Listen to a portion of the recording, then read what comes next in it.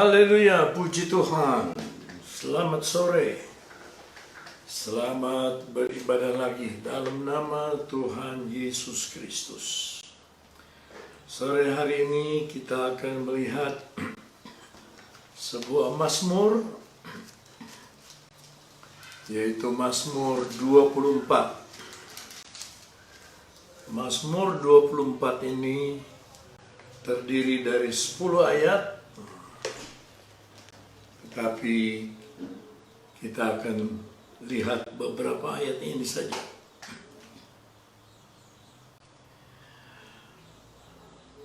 Mazmur Daud. Tuhanlah yang empunya bumi serta segala isinya, dan dunia serta yang diam di dalamnya. Sebab dialah yang mendasarkannya di atas lautan dan menegakkannya di atas sungai-sungai. Siapakah yang boleh naik ke atas gunung Tuhan?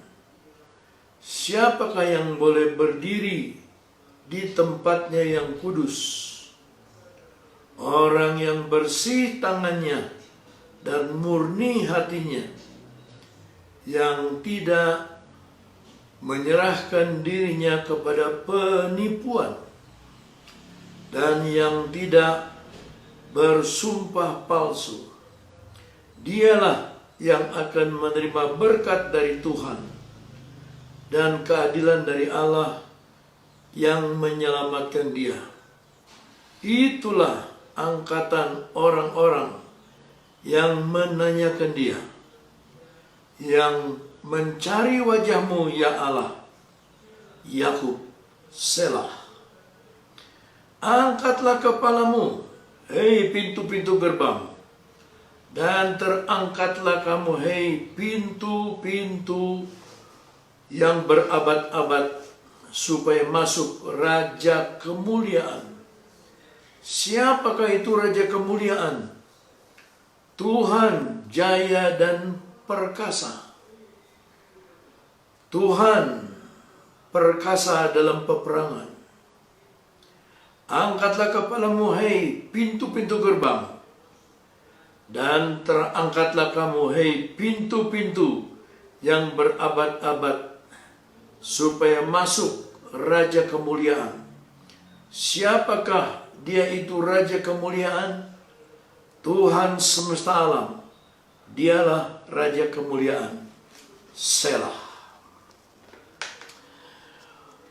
Pemazmur ini membagi Mazmur 24 dalam dua bagian. Sajak yang pertama sampai ayat yang ke-6. Sajak yang kedua dari ayat 7 sampai 10 dipisahkan dengan kata Selah. Kita akan melihat ayat 1 dan ayat kedua. Mazmur Daud. Tuhanlah yang empunya bumi serta segala isinya, dan dunia serta yang diam di dalamnya. Sebab dialah yang mendasarkannya di atas lautan dan menegakkannya di atas sungai-sungai. Yang pertama ini adalah berkat umum. Berkat yang dialami oleh semua umat manusia. Baik orang baik maupun orang tidak baik, orang benar atau orang tidak benar, seorang yang baik ataupun seorang yang jahat. Tuhanlah yang empunya bumi. Yesus berkata, Dia menurunkan hujan untuk orang yang benar, Dia menurunkan hujan untuk orang yang tidak benar, serta segala isinya.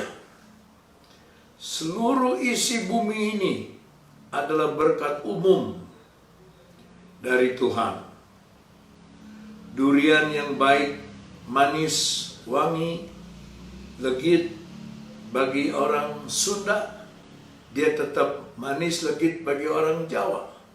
Dia tidak berubah bagi orang Sumatera. Semua orang akan menikmati rasa yang sama. Demikian juga dengan buah yang lain, berkat yang lain. Contohnya hujan, sinar matahari, itu adalah berkat umum. Sebab dikatakan Tuhan yang memiliki bumi serta segala isinya.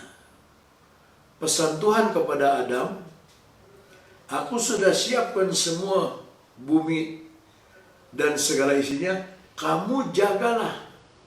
Jadi seluruh turunan manusia adalah boleh menikmati alam semesta, tidak ada berat sebelah. Dan dunia serta yang diam di dalamnya, termasuk kita, binatang-binatang, hewan, semua milik Tuhan. Tidak ada satupun di bumi yang bukan milik Tuhan. Lalu di dalam ayat kedua dia katakan, sebab dialah yang mendasarkannya di atas lautan dan menegakkannya di atas sungai-sungai. Lautan dan sungai-sungai serta isinya juga adalah berkat umum. Saudara boleh dapat mandi di sungai yang sama, saudara bisa dapat ikan yang sama, sama seperti orang lain, sama seperti orang yang jahat, sama seperti orang yang baik. Berkat umum. Tetapi Tuhan juga punya berkat khusus. Nah, berkat khusus ini tidak untuk semua orang. Di dalam ayat ketiga dan ayat keempat, siapakah yang boleh naik ke atas gunung Tuhan? Berarti tidak semua orang. Siapakah yang boleh naik? Siapa yang boleh mencapai ke atas gunung Tuhan? Siapakah yang boleh berdiri di tempatnya yang kudus? Who shall ascend into the hill of the Lord? Or who shall stand in his holy place? Ini tidak untuk semua orang. Ini untuk orang-orang yang sampai ke sana. Sebab dikatakan siapakah? Tidak semua orang. Dia jawab sendiri di dalam ayat keempat. Yaitu dia, orang yang bersih tangannya dan murni hatinya. Di seluruh dunia, saudara-saudara, tidak ada nasihat untuk mencuci tangan lebih sering seperti hari-hari ini. Cuci tanganmu supaya tanganmu bersih, karena air sabun membunuh virus-virus corona itu. Cuci sesering mungkin. Cuci tanganmu. Ya, sejak zaman dulu orang Farisi kalau mau makan cuci tangan dulu. Itu adat istiadat Yahudi. Cuci tangan itu yang di luar, tetapi yang di dalam murni hatinya. Yang murni hatinya itu bening, hatinya itu asli, tidak dibuat-buat. Nampak dari luar, tangan yang dicuci itu membuktikan apa yang di dalam hati yang murni. Lalu dikatakan lebih jauh, yang tidak menyerahkan dirinya kepada penipuan. Bahasa Inggris, yang tidak mengangkat jiwanya kepada hal-hal yang sia-sia. Dalam salinan New King James Version, kepada berhala. Apa yang saudara cintai lebih dari Tuhan, itu berhala saudara. Saudara mengasihi pekerjaan lebih dari Tuhan, pekerjaan itu jadi berhala. Saudara mengasihi uang lebih dari Tuhan, uang akan jadi berhala tanpa kita sadari. Sebab yang tidak mengangkat jiwanya ke atas hal yang sia-sia. Berhala itu hal yang sia-sia. Lebih jauh dikatakan, dan tidak bersumpah secara menipu, bersumpah palsu. Yesus disalib karena adanya saksi-saksi dusta, saksi-saksi palsu, yang mengatakan mereka mendengar Yesus berkata begini, karena diberi uang. Jadi saksi palsu yang membuat Yesus disalibkan. Ya. Lebih jauh dikatakan di dalam ayatnya yang kelima, ia akan menerima berkat dari Tuhan. Dialah yang akan menerima berkat dari Tuhan. Berkat yaitu barakah. Itu lain dengan berkat umum. Berkat umum, uang bisa banyak, tapi tidak ada berkat dari Tuhan. Tapi berkat dari Tuhan, uang tidak terlalu banyak, tapi digunakannya nikmat. Karena ada berkah, ada barakah dari Tuhan. Dialah yang akan menerima berkah, barakah dari Tuhan, Yehova. Dan keadilan dari Allah yang menyelamatkan dia. Dan keadilan dari Allah yang menyelamatkan dia. Saya baca banyak orang-orang menolak bantuan yang diberikan oleh pemerintah karena mereka merasa cukup. Masih ada orang yang lebih menderita dari dia. Ada orang yang mendapat pemberian, dia punya mobil 2. Sedangkan rakyat kecil tidak terdaftar. Tuhan tidak demikian. Dia memberi berkahnya dengan adil dari Allah yang menyelamatkan dia. Siapakah ini orang-orang yang dapat berkat yang khusus ini? Itulah angkatan orang-orang yang menanyakan dia. Satu generasi yang selalu bertanya kepada Tuhan. Ada orang berdoa tapi tidak bertanya. Dia memaksakan kehendaknya kepada Tuhan. Tapi ini adalah angkatan atau generasi orang-orang yang bertanya kepada Tuhan.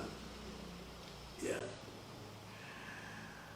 This is the generation of them that seek Him, yang mencari Dia. That seek thy face, O Jacob, Selah. Yang mencari wajahmu. Dipakai kata Yakub. Sebelum Israel namanya Yakub. Arti dari Yakub itu penipu, pendaya, pembohong. Dia menipu ayah, dia menipu kakaknya. Tetapi ada ayat dalam surat Roma, aku mengasihi Yakub dan aku membenci Esau. Kenapa? Inilah yang saya bilang anugerah, berkat khusus. Anugerah itu berkat yang dari Tuhan yang kita tidak layak menerimanya. Yakub tidak layak menerimanya. Sebab Yakub itu arti namanya saja penipu, pendusta, pendaya. Dan di sini dikatakan, yang mencari wajahmu, oh Jacob, Selah. Lalu ada kata Selah mengakhiri bait pertama dari puisi ini.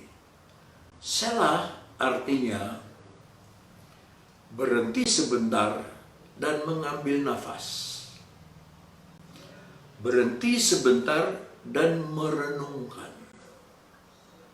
Apakah kita lebih baik dari Yakub? Apakah kita lebih suci dari Yakub?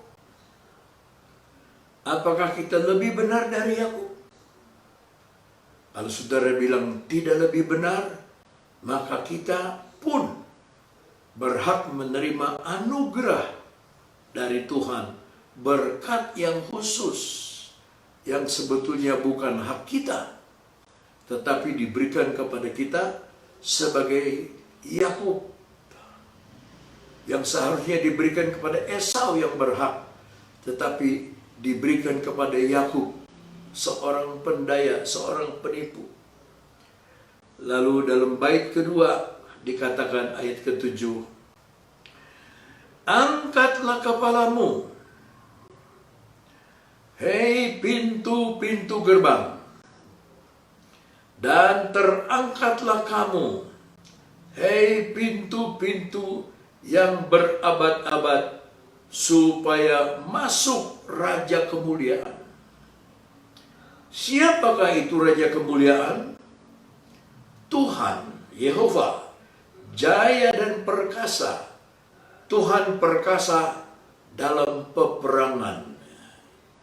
Yahweh Sabaoth atau Yehova Sebaoth.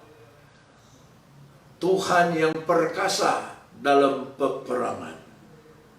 Kalau saudara mengikuti Tuhan yang perkasa dalam peperangan, saudara akan menang di dalam segala macam peperangan. Lalu ini diulang 2 kali. Angkatlah kepalamu, hei pintu-pintu gerbang, dan terangkatlah kamu, hei pintu-pintu yang berabad-abad, supaya masuk Raja Kemuliaan. Ditanya lagi, siapakah dia itu Raja Kemuliaan? Tuhan semesta alam. Dialah Raja Kemuliaan, Selah. Yehova Yizis, yaitu Tuhan Raja Kemuliaan. Pertama, Tuhan yang menang dalam peperangan. Akhirnya, Tuhan yang kita nikmati di dalam kemuliaan. Tuhan yang menang di dalam peperangan, Tuhan yang kita nikmati pada waktu istirahat. Sebab diikuti lagi dengan kata Selah. Itu sebabnya saudara-saudara, ayat ini menghibur kepada kita. Siapakah dia itu Raja Kemuliaan? Tuhan semesta alam. Dialah Raja Kemuliaan. Dialah Raja Kemuliaan. The King of Glory. Yeah. The King of Glory. Yeah. Yang satu kabot, yang satu easy. Nah, saudara-saudara, ada kata pintu gerbang. Pintu gerbang di dalam Mazmur 100 ayatnya yang keempat berkata, ku masuki gerbangnya dengan hati bersyukur, halamannya dengan pujian. Ini bukan saat kita menangis, ini bukan saat kita meratap, merana, tetapi mari kita masuk kepada pintu gerbang Tuhan, memuji dan membesarkan nama Dia. Lalu di dalam Rut pasal 4, Boas biasa duduk di pintu gerbang, bertemu dengan penebus-penebus yang lain. Dia berencana untuk menebus Rut, orang Moabi. Dan biasa duduk di pintu-pintu gerbang. Mazmur berkata, buka pintu gerbang yang sudah berabad-abad. Dan apa kata Kolose pasal 1 ayat 26-27? Tuhan menyatakan rahasia yang sudah berabad-abad tersimpan, tetapi sekarang dibukakan kepada kita, yaitu Kristus di dalam kamu, Christ in you.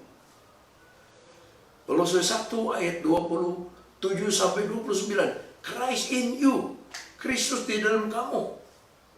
Bukalah pintu gerbang yang sudah berabad-abad tidak dikenal. Perjanjian lama berabad-abad tidak mengenal. Mereka menunggu siapa ini yang akan datang, Mesias ini. Ternyata Yesus datang supaya dia masuk Raja kemuliaan ini. Tetapi hati kita juga seperti pintu gerbang.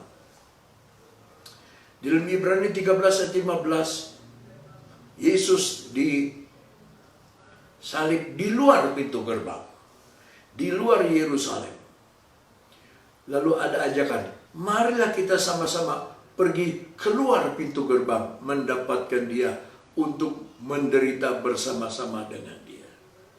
Saudara-saudara, umat yang terpilih jauh berbeda dengan umat yang hanya diberkati dengan berkat yang umum. Berkat yang khusus lain, saudaraku, dengan berkat yang umum. Susah, tetapi sukacita. Menangis, tetapi penuh tawa. Ini berkat khusus tidak dimengerti oleh orang dunia. Hanya dimengerti oleh yang mencapai puncak, yang naik ke gunung yang suci. Naik gunung itu susah, berat. Saya cuma 2 kali naik gunung sampai di Gunung Sinai. Berangkat jam 3 pagi sampai jam 6 pagi. 3.700 tangga. Yang 3.000 mendaki pelan, tapi yang 700 itu sangat curam. Itu yang berat.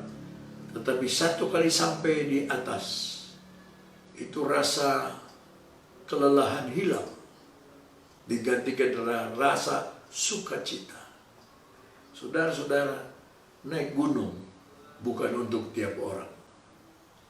Barang siapa yang sampai ke atas gunung, lagu lama GPDI berkata, gunung yang suci telah kupilih, harta dunia telah kulalukan, Yerusalem baru, ya tanah airku, di sanalah hatiku merindu.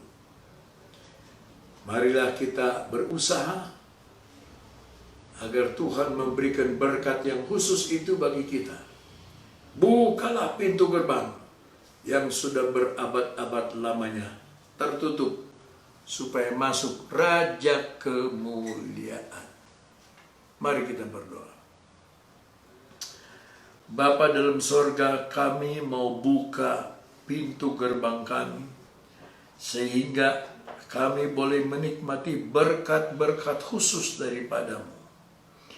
Tuhan, kami berdoa untuk saudara-saudara kami yang sedang di dalam duka cita karena orang tua mereka meninggal, karena keluarga mereka meninggal. Hiburkan mereka dimanapun mereka berada.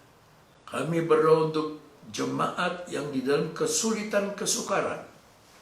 Tuhan, hiburkan mereka dengan berkat yang dari surga dan berkat khusus. Berkati rumah tangga mereka, berkati keluarga mereka, mata pencaharian mereka, Berkati perniagaan mereka, usaha mereka, yang kecil ataupun yang besar. Tukang batu, tukang belah batu, nelayan, petani-petani, tukang beca, semuanya Tuhan Engkau berkati. Sehingga mereka boleh mendapatkan nikmat berkat daripada Engkau. Mulai saat ini sampai selama-lamanya. Terima kasih Bapa. Yang sakit Engkau sembuhkan. Yang lemah Engkau kuatkan. Nama Tuhan dipermuliakan. Kami alaskan doa kami hanya di dalam nama Raja Kemuliaan Tuhan Yesus Kristus, Juru Selamat penebus kami yang setiawan. Haleluya. Amin. Sekian dengan firman Allah. Sampai berjumpa besok di waktu yang sama. Tuhan Yesus memberkati saudara. Amin.